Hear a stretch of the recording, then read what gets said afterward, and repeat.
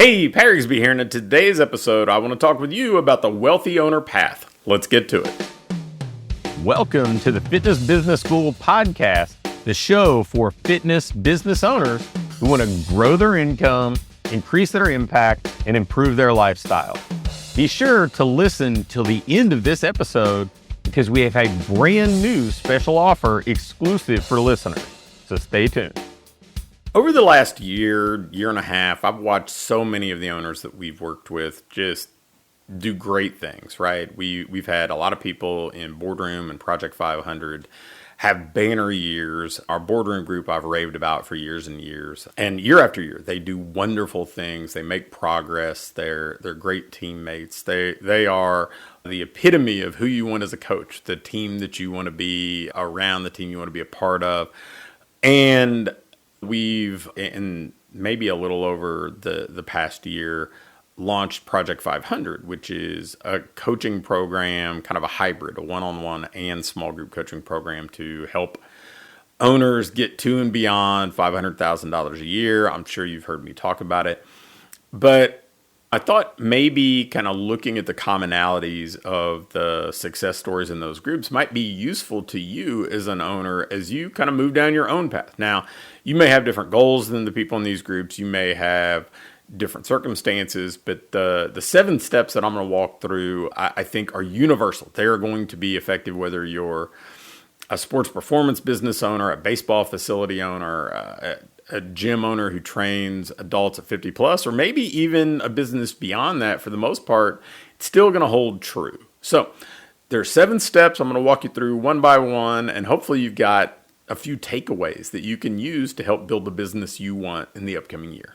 The first thing that I would tell you is all the great businesses that I'm around have some clarity. Number one, they clarify who they serve and what they sell. They get really clear. They try not to be all things to all people. And now I'm going to tell you that that's not always like this snap your fingers transition if you're somebody who has been all things to all people, because a lot of times we kind of just do things to pay the bills, right? We say, okay, I'll take this person over here. I'll take that person over there because we need the money. I've got some available capacity.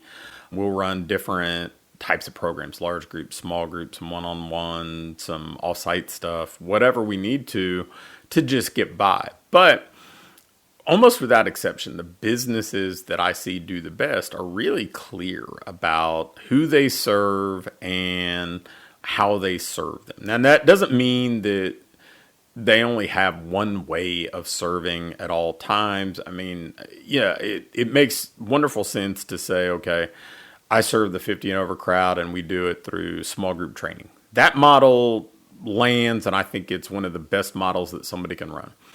If you train athletes, we're probably going to have a core program, but then, yeah, sure, you're going to run some seasonal camps or clinics. You're going to do some stuff around Christmas break or summer break. You may do some things to bring people in to augment your core program. So, but you're really clear about who we are best at helping, how we can stand out in the marketplace. So we have a brand identity. And if we do that, we're going to stand out. We're going to attract the right people. It's going to be easy for our clients, for other people in the market to talk about us, to spread the word and become ambassadors for what we do. So number one, we get clear about who we are and how we serve. Number two, I think that we see a lot of people who do great by activating the assets they already have. So many good business owners, they've got a network, they've got reactivation kind of databases or former clients, they've got strategic alliance partners that they can work with. They've got content that they've created. They just do better by activating the assets that they have as a foundation, because that gives them a springboard, right? They're not automatically just bolting on something out of desperation in hopes that it gets fixed. They say, no, we're going to grow or build from the inside out. So they activate the network they have. They generate referrals. They invite back former clients. They stay connected. They build relationships with other businesses in the community. They use the clients that they have and their relationships to get introductions to other people who might be a good fit. And yeah, they're pretty good at sharing the great things that are on inside their business with the outside world, so people can know. People who are curious, they can start to do some research and investigate, because that's what people do now. There's not some linear marketing path where they see an ad and fill out a form and schedule an appointment. They get out their phone and they start doing some research. And so great businesses really leverage these assets that they have inside their four walls and use them to build relationships, build brand awareness, and build trust with people who can come in and potentially do business with them. Number 3, people systemize what they do so they're not the bottleneck. Now, a lot of the people who come to us are a solopreneur, or they've got a small team, part-time team, people covering a few sessions a week or something like that. But again, they're motivated to improve, to evolve. And so they systemize what they do so they can hand off more, so they can stay in their zone of genius, if you will, so they can do higher value tasks and delegate so they can elevate their role in the business and become more of an owner. Now, that doesn't mean that they can't coach. I know plenty of people we work with love coaching, and that's a big part of the joy they get from running their business. But it's not because they have to do every session. It's not because they have to be on the floor 40 or 50 hours a week. It's because they're picking the time slots that they want to work. They're picking the clients they want to work with.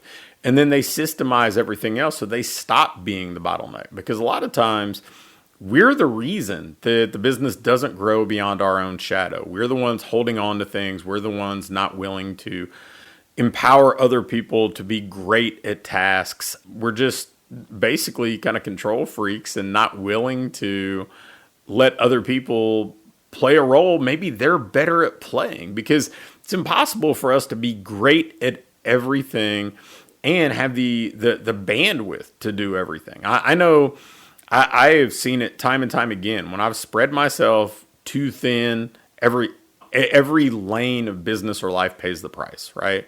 So better to systemize what you do and delegate so you're no longer the bottleneck. So that's number 3. Number 4, kind of along those same lines, the best business owners step into the role of owner and stop holding tight to just being the operator.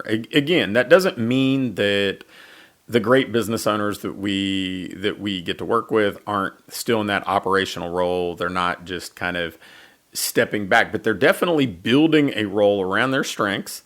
They're leveraging other people's strengths and time, and they're basically building a scalable business so that they can grow to whatever kind of size, revenue level, profit level that they're aspiring to reach.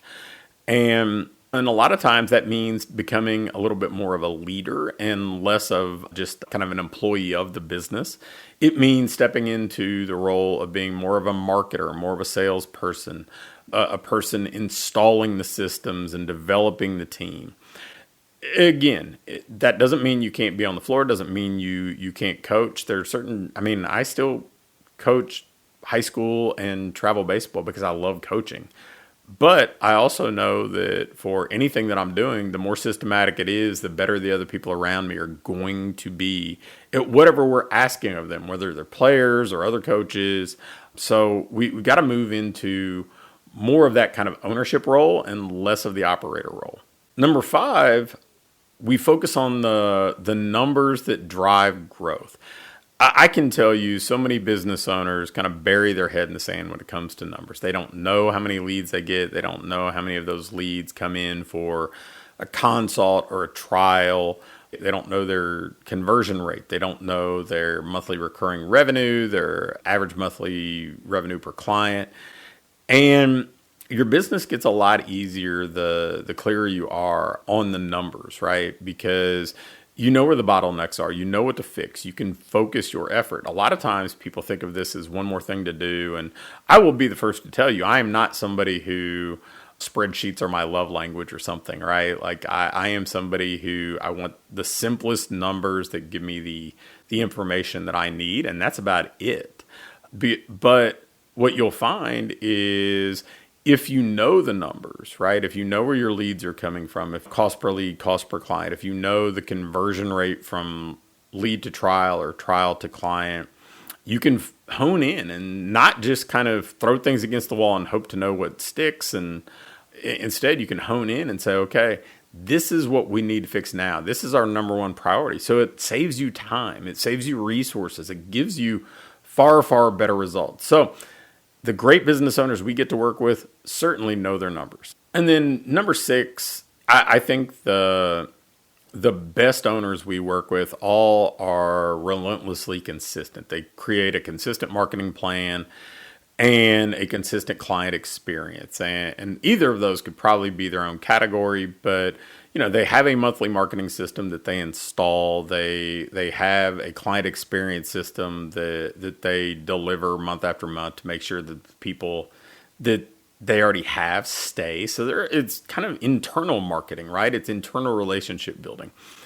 But the people who struggle almost always are kind of erratic about it and only do things when there's a trigger that drives them to do it. Hey, they got a couple cancellations in 2 or 3 days. So, we've got to tighten up our retention. We've got to improve some of this stuff. Or numbers are low, or I saw something on TikTok, so I need to install this marketing thing. The best business owners, this is just what they do month after month and even week after week. So relentlessly consistent when it comes to marketing and client experience. They're really non-negotiables if you want to build a successful business. And finally, number 7, and it kind of calls back to a couple of things that I've already talked about, but great owners lead their business. They don't just carry their business, right? They're not the person that tries to do it all. They're not the people continually trying to plug a finger in a hole in the dam. They're building a business. They're leading it to where they want it to go. Sure, businesses are never a finished product. We're all improving as team members as well. And the same would apply for clients. So it's always an kind of in process type of thing. But the best owners take the role of leadership and they love it, right? They want to continue to move things forward day after day. And they wake up and they embrace that stuff. They see it as an opportunity. And honestly, that's kind of what drew me to entrepreneurship. And that's why I wanted to close with this one, because, I know that I had the good fortune to lead a college baseball program and we got pretty good.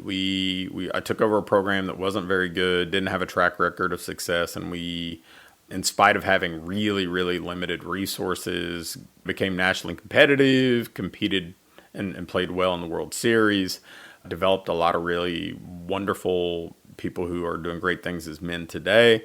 But I also know that in that environment, I didn't love working in a bureaucratic environment. Working at a state university, as much as I have great affection for my alma mater, has kind of multiple layers of bureaucracy. You've got a university, and then you've got the fact that it's a state institution and relying on state funding. And I loved the idea of going and leading my own thing and saying, okay, the buck stops with me. Everything ultimately comes back to how I do as a leader. Am I willing to take responsibility for creating the livelihood that I want? And I understand that I probably can't do it alone, right? In my opinion, all things in life are a team sport, and we're each the leader of our own kind of our team in that regard. So I think the great business owners understand that their job's to lead. It's not just all on their shoulders. That's not it. It's not a solo endeavor, but the responsibility to lead and create an environment where everybody thrives comes back to us. And I see that in all the great business owners that we get to work with. So if you want to have a path to building a better business, whether it's in the next few months, the next year, or beyond, those 7 steps, those have been kind of universally present with all the successful owners we've worked with. And I'm certain that they'll be present in your business as well if you decide, hey, I'm going to commit to building a great business. Thanks for listening to this episode of the Fitness Business School. Before you go, I have a quick announcement. One of the things that we've been doing with our current clients is taking them through this ideal business diagnostic. And really what it is this checklist that allows you to pinpoint exactly what your business needs next so you can keep improving, keep growing, and build a business that you love to own. One that pays you well, one that allows you to have the impact you want to have, and one that allows you to have a lifestyle that you truly enjoy. In this diagnostic, we walk through everything and we do an evaluation and can instantly pinpoint what you need to do next to build that business that you want. I'm going to extend this opportunity to get on with either me or my team and take you through this evaluation and fix your business's most vital needs fast. So if we take you through this, you're going to be able to make those vital changes that you need to finally have what I call your ideal business. If you'd be interested in going through this entirely free, risk-free diagnostic with us and learn what you already have in place, what you're doing well, and where your greatest opportunities for rapid improvement are, just shoot me an email with diagnostic in the subject line to pat@patrigsby.com. Again, an email to pat@patrigsby.com with diagnostic in the subject line will get you scheduled and take you through this evaluation to help you build the business you want.